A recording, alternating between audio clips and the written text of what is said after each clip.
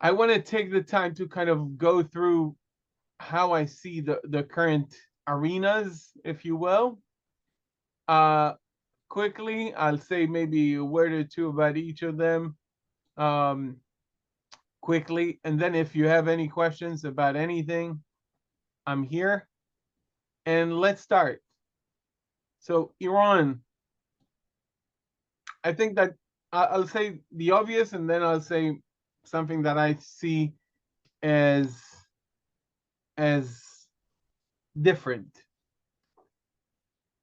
So obviously the military campaign was very successful. The immense infiltration of the Iranian, intelligence wise, of the Iranian system was unbelievable.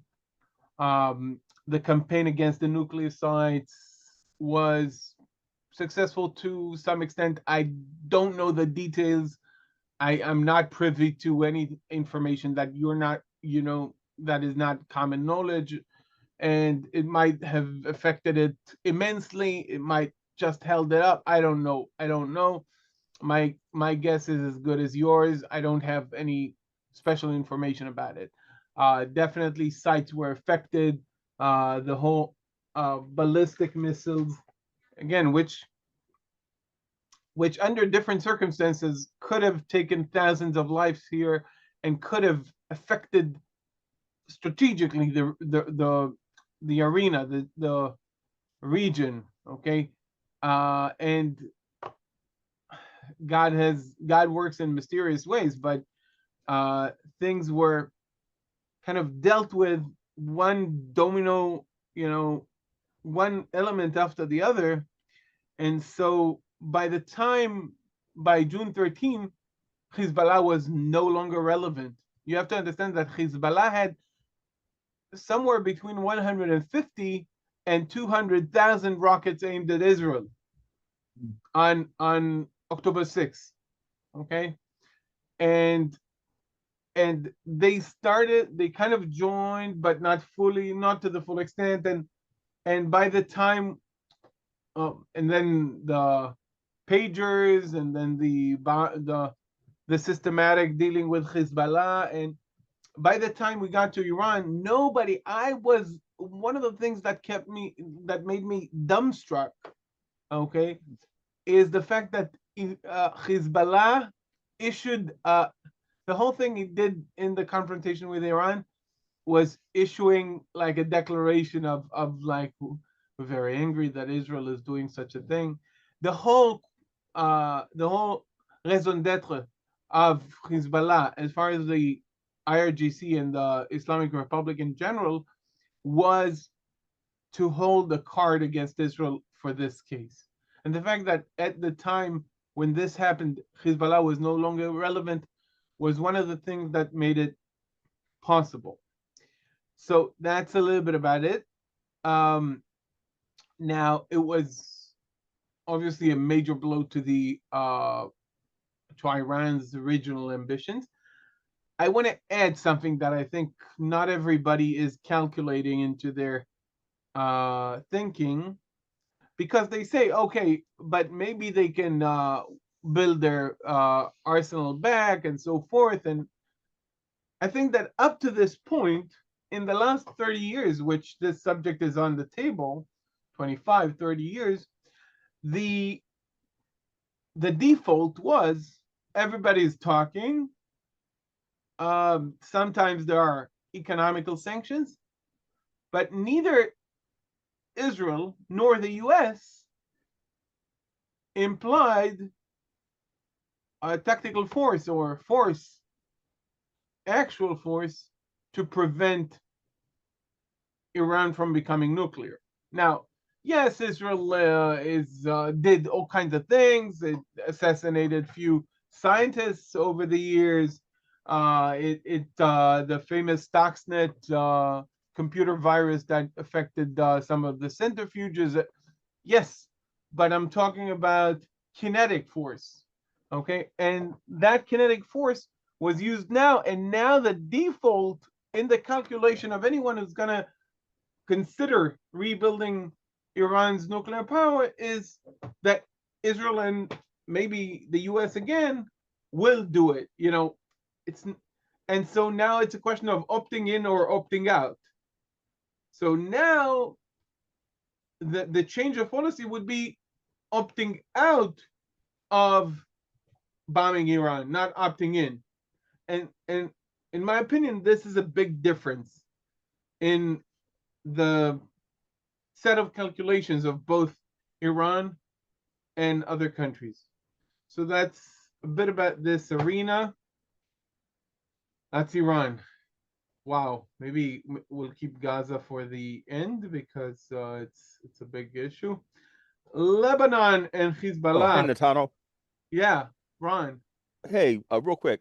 I read somewhere that the Iranian counterintelligence had been infiltrated by Mossad, so they're actually running Iranian counterintelligence and managed to get a lot of Mossad people into Iran. Is that true? So that was believe it or not, in an Israeli TV show called Tehran. Uh-huh. I don't know if anyone watched it. That was I, the some of the things that they had there in that TV show. okay. It might have went Netflix, I don't know, but it's a very good show. I did see the show, yeah, but I didn't know. But I actually read a report somewhere. Oh, no, So that was actually I'm saying fiction, or the show showed it. I don't know. okay, Maybe they one of the things that the Mossad is kind of messing with people's head yeah, is keeping them not guessing.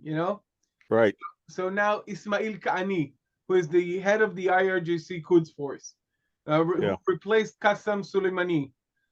Ismail Ka'ani, the Mossad did not kill him, hmm, and they're playing with the idea that he is working for them, and they even some account, I don't know if it's really Mossad related, tweeted, as if it's the Mossad, Ismail Kani is not working for us.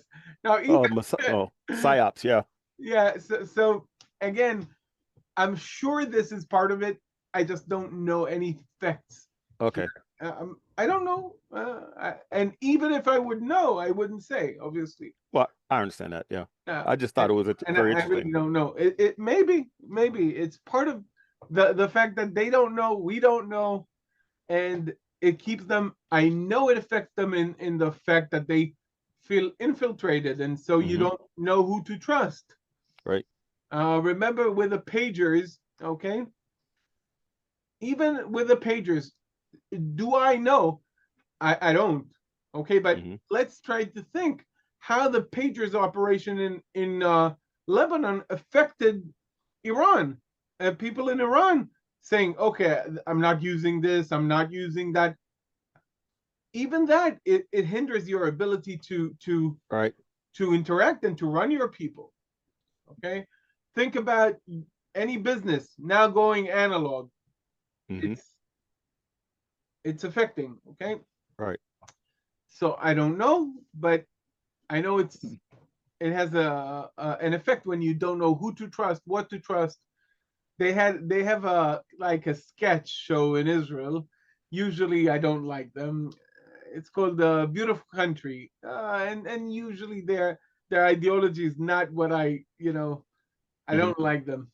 But they, after the pager operation, they had a very very funny sketch where they showed like Naim Qassem, the guy who replaced the replacement of Hassan Nasrallah, and Uh-huh. how he is first of all denying that he is the secretary. No, no, no, no. I'm not. Everybody is equal here. Like no hierarchy.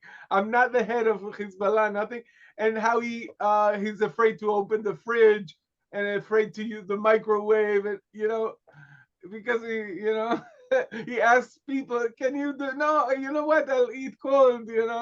So uh, I don't know if it's that to that extent, but the idea is that you don't know who to trust and what to trust. Yeah, that's a running joke here in the States too, about in Iran, nobody wants to be the leader anymore of the military. Right, Yeah. right. So yeah, it started already with in September 24 Hmm. with Nasrallah and Hashem Safiuddin. Okay. Lebanon. Thank you. So that takes us to Lebanon directly, and Lebanon, I've been watching Lebanon very closely. Remember, we had Khalifa, and Lebanon is very, very interesting arena to watch, with the pressure that America is bringing with its special envoy to Lebanon, who is also the ambassador to Turkey, and running the show in Syria as well. One by the last name of Barak. Yeah, and the first name Tom. I don't know. Have you heard that name in the news? Tom Barak? No. So it's an important name. Okay. Mr. Tom Barak is the envoy. I think he's officially the ambassador to Turkey. Okay. And uh, and he is also in charge of the um, kind of interaction between um, the government of the U.S. and Lebanon and the different parts of Lebanon. This is Mr. Tom Barak. Believe it or not, I feel connected to him personally because his last name is Barak, but his first name is Thomas, like my father, and his middle name is Joseph, like my own name. Yeah, so this is Mr. Tom Barak. I don't know if he knows that he's got the first name of my father, the middle name of myself, and last name I spell it differently. But hey, nobody's perfect. So Tom Barak is a very, very interesting guy to keep an eye on, and America's interest in the Lebanon. Again, Lebanon is a country with very, very different uh, voices that you can hear, because it's a country of kind of a code of minorities. And up to the war, nothing could run without the approval of Hezbollah. Now, Hezbollah is in a very tight spot because the government of Lebanon, first time in a very long time, is demanding and working to an extent, working not full force fully, to the implication of decision 1701 and 1559, which generally require the country of Lebanon to have one military and one only kind of weapons to be held by the government. Uh, because up until the war, the Hezbollah had their own government, and there was kind of an agreement that they imposed on the government. Don't get me started how it happened, but they had legitimacy holding their weapons, and now the government is less tolerant to that. Israel and Lebanon have this kind of an agreement, okay? It's part of the understanding that led to the end of the war in Lebanon in November of 2024. The understanding is that first of all, if we see Hezbollah working anywhere south of the Litani, we take care of it. Moreover, we have information, we give it to the Lebanese army, they go and raid that place. If they don't, we take care of it. So now the Lebanese army, which used to be a joke, is now gaining a little bit more credibility with the Americans and with Israel, and gradually pressuring Hezbollah to turn in their weapons. This is a big, big, big thing in Lebanon. Is it going to happen? Is it not going to happen to the full extent? Very big issue. But if so, Lebanon is going to be a very different country. And that takes to the question of Lebanon and Syria, and possibly the expansion of the Abraham Accords. Okay, to what extent to the full extent, or some kind of security arrangements or something like that. There are few things that will make me more happier than to be able to drive my car through Lebanon and Syria and Turkey and go to road tripping in Europe. That would be, for me, almost like a prophetic peace kind of experience. If I could get into my car and drive through Lebanon, through Syria, through Turkey to Europe, feeling comfortable.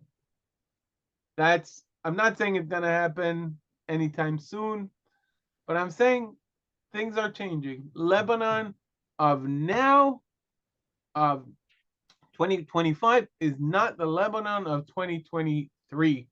That's amazing. Okay. Syria. Again, Syria. Few things. Israel, with the fall of the Assad regime, that came as a result of the fall of Hezbollah. Okay, Hezbollah were backing the Assad regime and fighting for the Assad regime. Fighting. They sent thousands of men to Syria to fight on the side of the Assad regime. And they were not able to do that after November 2023. So the fall of the Assad regime came thereafter. And as a result, okay, it's not nice to say, oh, thank you, Israel. Nobody would say that in their right mind, because the common denominator of all of these things is that they're not big fans of Israel. Okay, even when they sign agreements like Egypt and Jordan, we have peace agreements with the governments. We have stability. We have security coordination. But the people in both Egypt and Jordan are vehemently anti-Semitic and against Israel. The peace is with the governments. That should be said, should be noted, should be recognized. Same goes for, I would say that in Egypt and Jordan, there might be more hatred towards Israel than in Lebanon, maybe even in Syria. Syria is somewhat similar.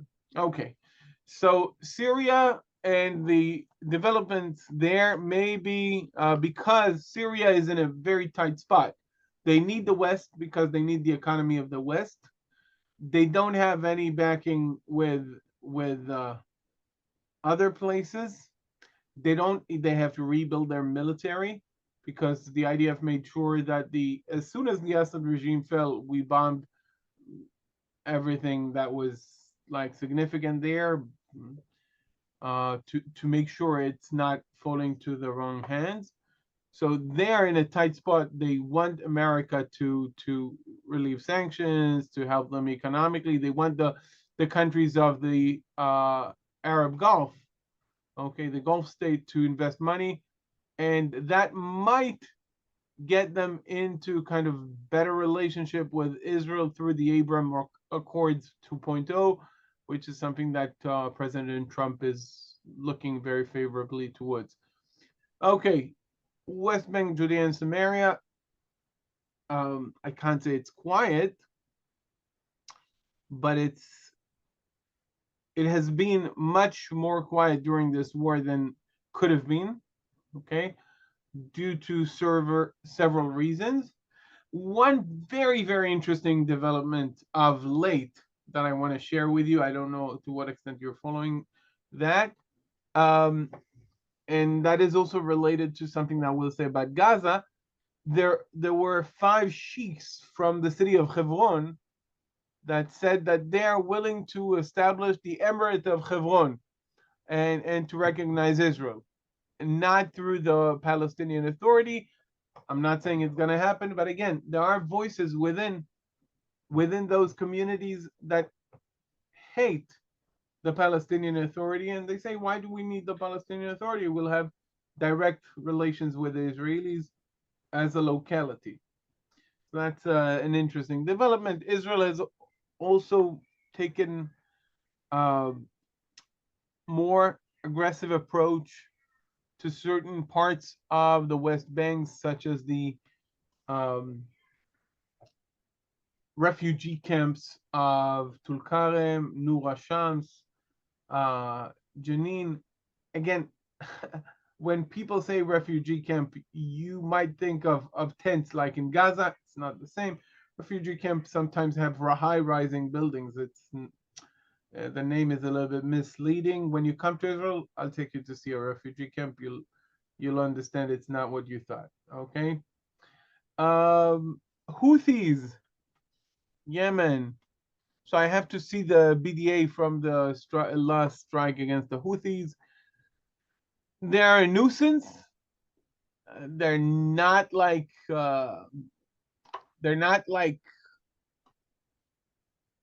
making life here impossible, but nonetheless, this is something that has to be addressed. Now Israel has its Israeli Air Force is more available for it. So because it's not operating currently in Iran.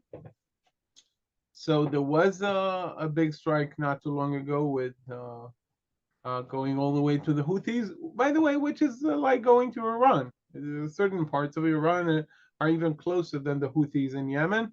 But really, the Houthis, we were not thinking of them as part of the circle of fire that the Iranians uh, built around Israel. We thought, that, okay, they are against the Saudis, and they're because there is a civil war in Yemen.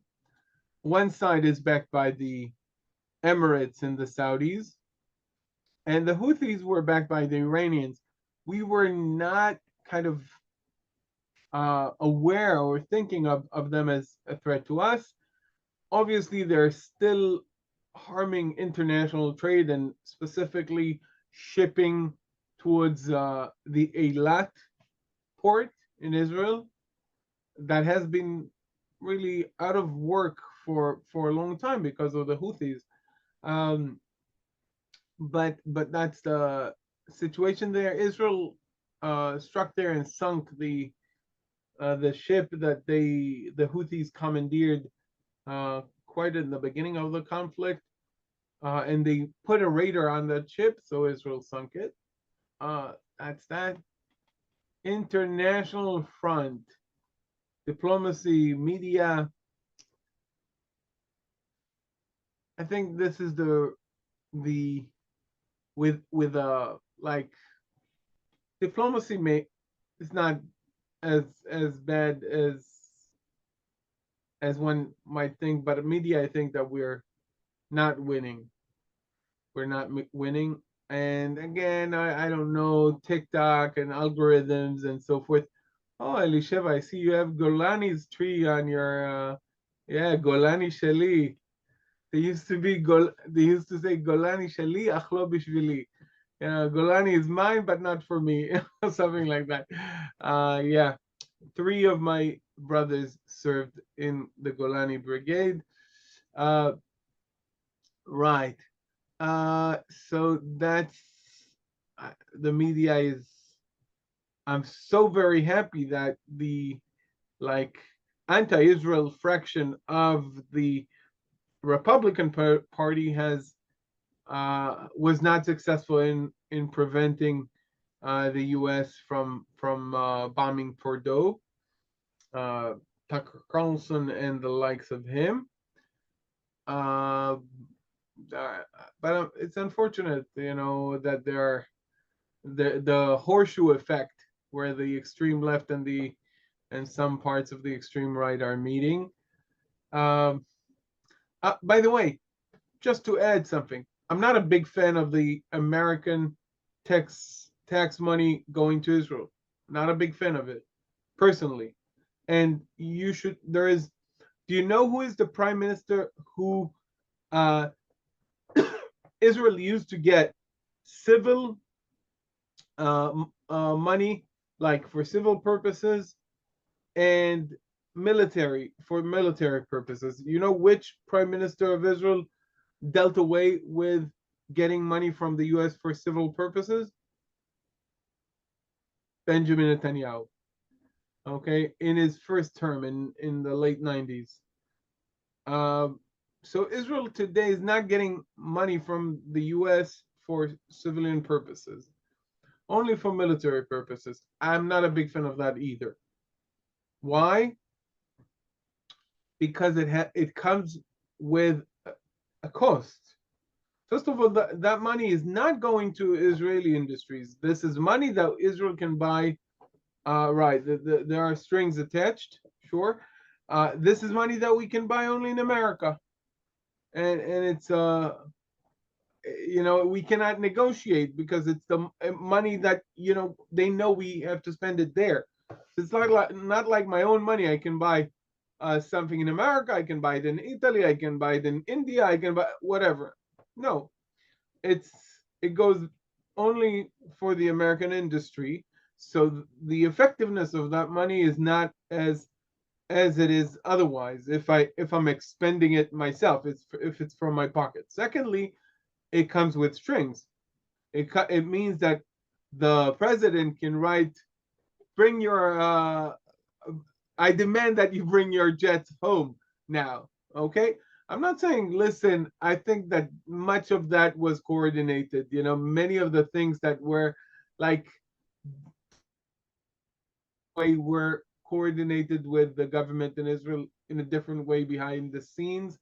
Even the fact that, you know, even the whole notion of saying we're gonna have talks on Sunday, okay, and then knowing that Israel is gonna bomb Iran on uh, Thursday night, okay. I think many of these things were coordinated. I'm very happy that Prime Minister Netanyahu and President Trump have been able to work as a team. But strings are attached. Okay, so I would love for Israel not to have American taxpayer money funding some of our military. By the way, it's not, people that say, oh, America is paying for it. No, it's a small part of, small yet important. I'm not saying almost $4 billion a year. That's money. Okay, I can tell you that biblical Hebrew teachers don't make $4 billion annually. That I can tell you. Based on personal experience. Okay, I, probably teachers don't know how much money is $4 billion. We cannot fathom things like that. In any case, strings are attached, and I would love not to have that to have that money. By the way, it's also for the other side. The America gets R&D with us. So, for instance, the Iron Dome. The money is American, the R&D is Israeli, and we get joint ownership. So again, putting that aside, just personal opinion. I'm sure everybody's got an opinion. Egypt and Jordan, we have peace agreements, stability, security, coordination. The people don't like us. I'm saying, in Sinai, it's reasonable. Sinai is not like the core of Egypt. There is a lot of in Sinai Bedouins that don't feel connected to the Egyptian government, and they have like tourist industry. So Sinai is slightly different for that matter. There are other things in Sinai as well, but generally the Egyptian public hates Israel. Mein Kampf is sold in Egypt. Very, very popular book. The Protocols of the Elders of Zion, again, very popular, perceived as an actual, like, real literature. In Egypt, they don't like us. Jordan, most of the population in Jordan is Palestinian. More than half of the population are Palestinians. They don't like us. The truth of the matter, and I heard a professor saying that if the king of Jordan could do it, he would sing Hatikva in Yiddish in his pajamas. Why? Because Israel is keeping Jordan alive. Otherwise, Jordan would be Palestinian. It's a when Jordan was threatened by Syria, Israel moved tanks to make sure, okay, that it is protected. So yeah, they have to kind of play certain, they have to say certain things and so forth and so on. But Jordan, since, by the way, quite the beginning of Israel was not like the Hashemite kingdom was not a like fearsome enemy of Israel. It was dragged into the 6 Days War, and and they they were not very happy on the as far as what happened, but like they were dragged into it by the other Arab countries. That's the regime, obviously not democratic, because if it were to be democratic, it wouldn't be, it wouldn't be a kingdom. It's a monarchy. They do have a parliament, but again, it's the king decides. Okay, Egypt, Gulf states. Wow. So we have the Emirates, and we have Qatar, and we have Saudi Arabia. These are certain like important players among the Gulf states. So maybe these are three like different countries. So Qatar has very, very strong ties to Hamas and to Iran, and they have business with Iran. However, they host the biggest American base in the uh, Gulf. Okay, and they pay for it themselves, by the way, the Qataris. So they have a lot of money. Very small country, by the way. Very, very small population. You've heard the name Qatar so many times, right? Qatar, Qatar, Qatar. They buy, uh, soccer teams. They have a lot of money. How many citizens are in Qatar? How many Qatari citizens are there?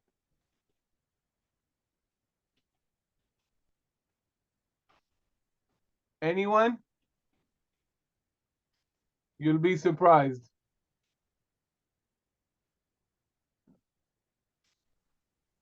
Couldn't guess. I was going to say 3. So as far as the population, Qatar, like many countries in the Gulf, they're very rich countries, okay? But, okay, most of the people that live in Qatar are foreign workers, okay? Okay, many of them come from like Pakistan, India, and so forth. Okay, but as far as like the citizens themselves, okay, the population is very small. Okay, the whole population is less than 2.5 million people. Okay, but the majority, okay, the like 90% almost are, I'm saying that people are asking about Qatar. Most of the people living in Qatar, small country, 2.5 million people, most of them are foreign workers. As far as civilians, like Qatari citizens, about 300,000, something like that, around that number. That's the citizens. 90%, roughly 85 to 90% are foreigners coming to work there. About 10 to 15% are citizens. If you're a citizen in those countries, you don't have to work. Yeah, you get from the government whatever, They do work, some of them. They do business, they have a lot of money. But as far as like the social, because they have so much money, the government can take care of you. And the work is done by the foreigners. I had a student born in Syria who was a doctor, physician in Saudi Arabia. Used to be the same for Saudi Arabia. Saudi Arabia is bigger. But Qatar, that's the story. Okay? 10% citizens, 90% foreign workers. Obviously, you don't have any rights if you're a foreign worker. Okay? There are some Christians as well in Qatar. There are, foreign workers.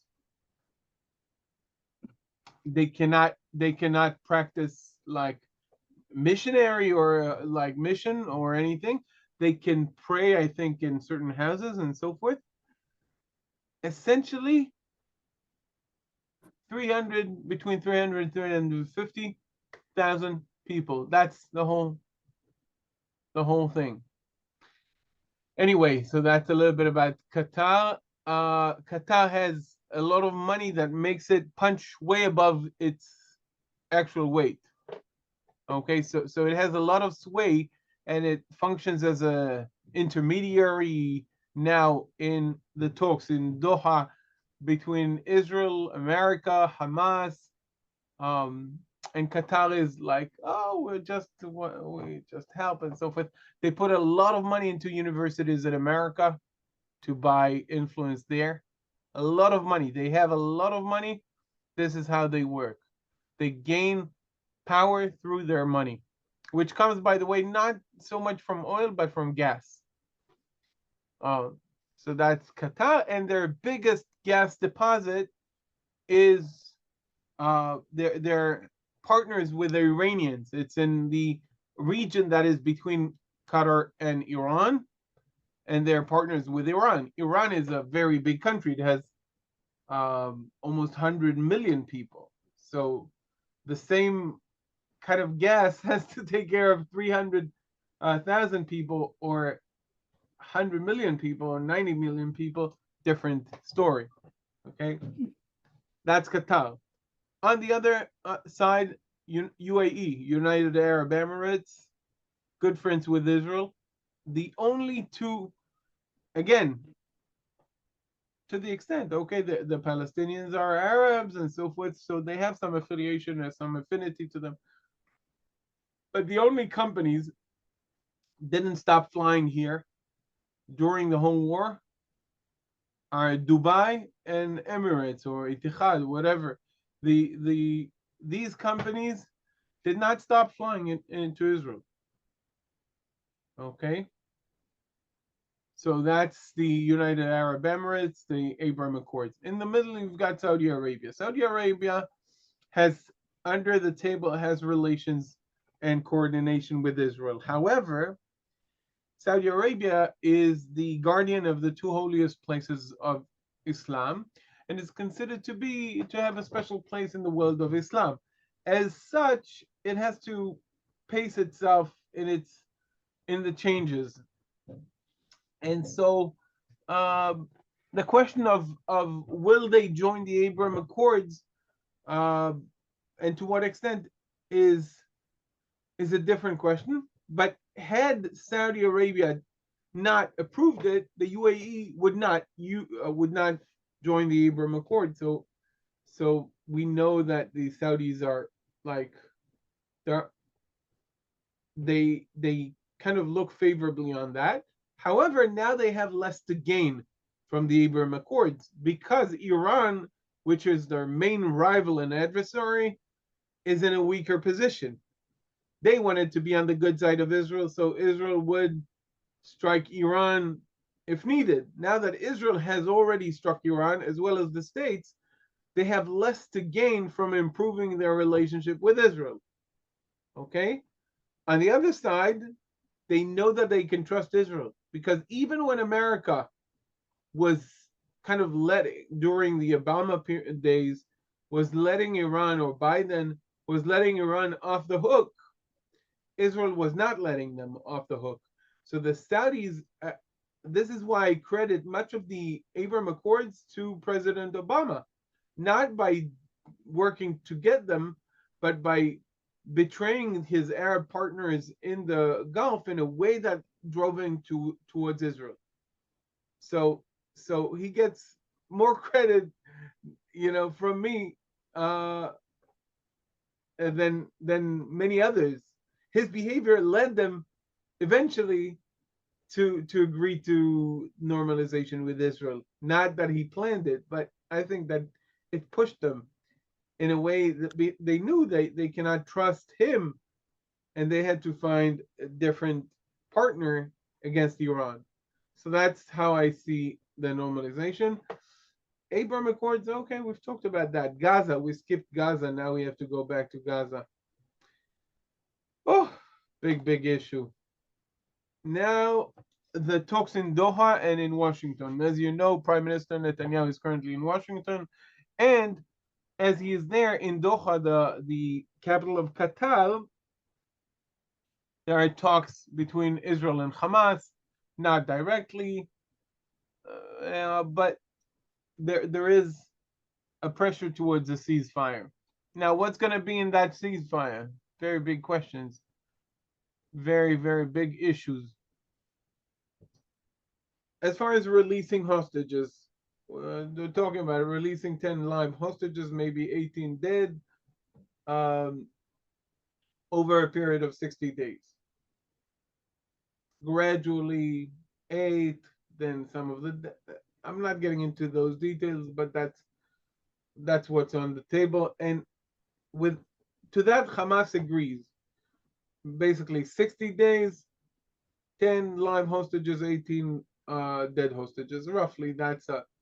However, there are very, very big, issues about the details of it.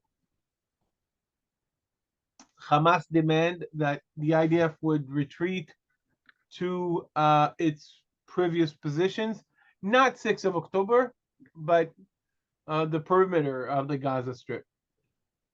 Okay, the IDF wants to keep the Morag corridor. Now, this is why I brought this map. This is the Philadelphia corridor, or the Philadelphia route. Okay, Philadelphia. The name is Philadelphia, which is similar to Philadelphia. Comes from Greek, brotherly love. So if you've heard about the city of brotherly love, Philadelphia, feel like phileo in Greek, I love. Like, unfortunately, you can think of examples. Philo, Semitic people who love Jews, pedophile, unfortunately, and so forth. So phileo, I love, and Adelphos, brother.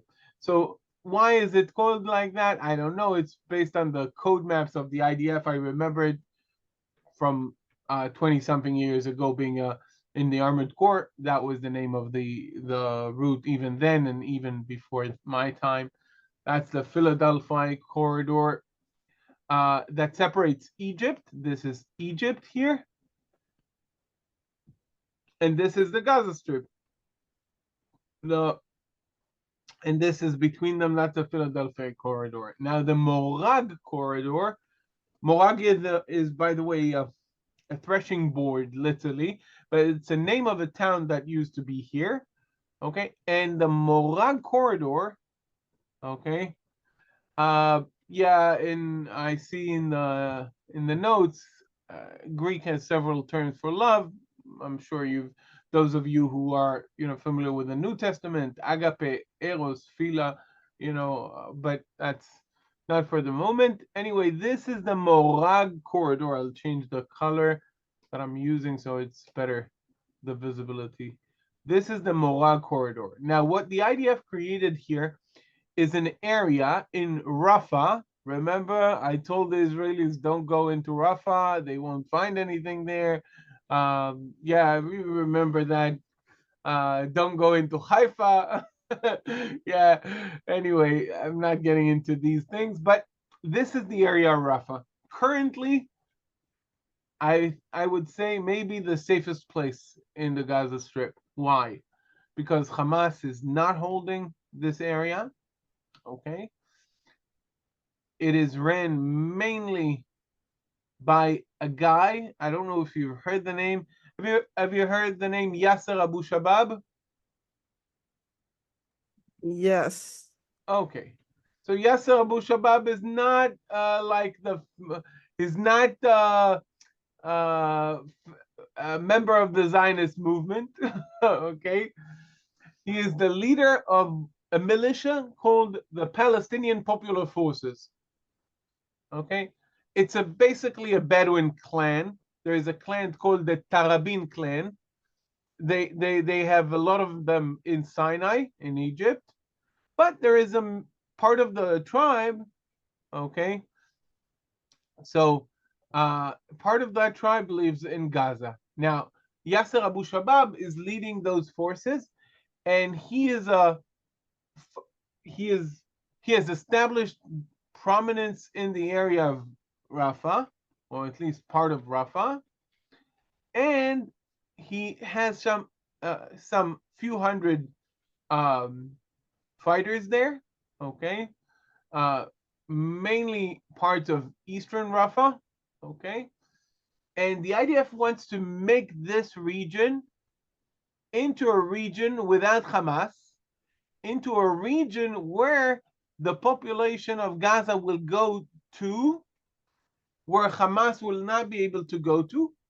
Okay, and they will be concentrated in this region.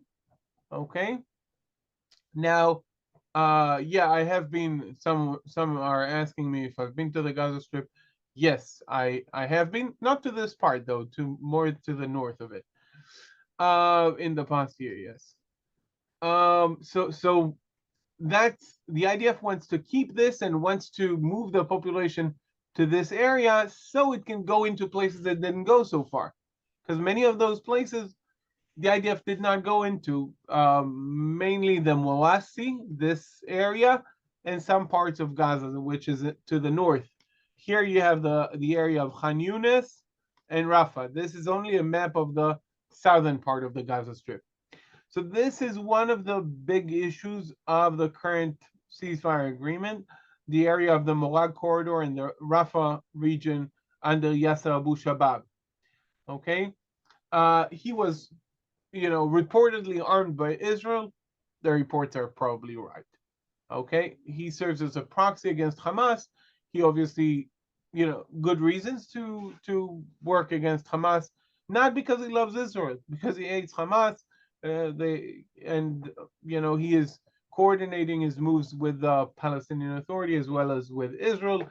And he is, the collapse of Hamas and the governance of Hamas that is affected is leaving room for Yasser Abu Shabab, and hopefully more than just one in the future.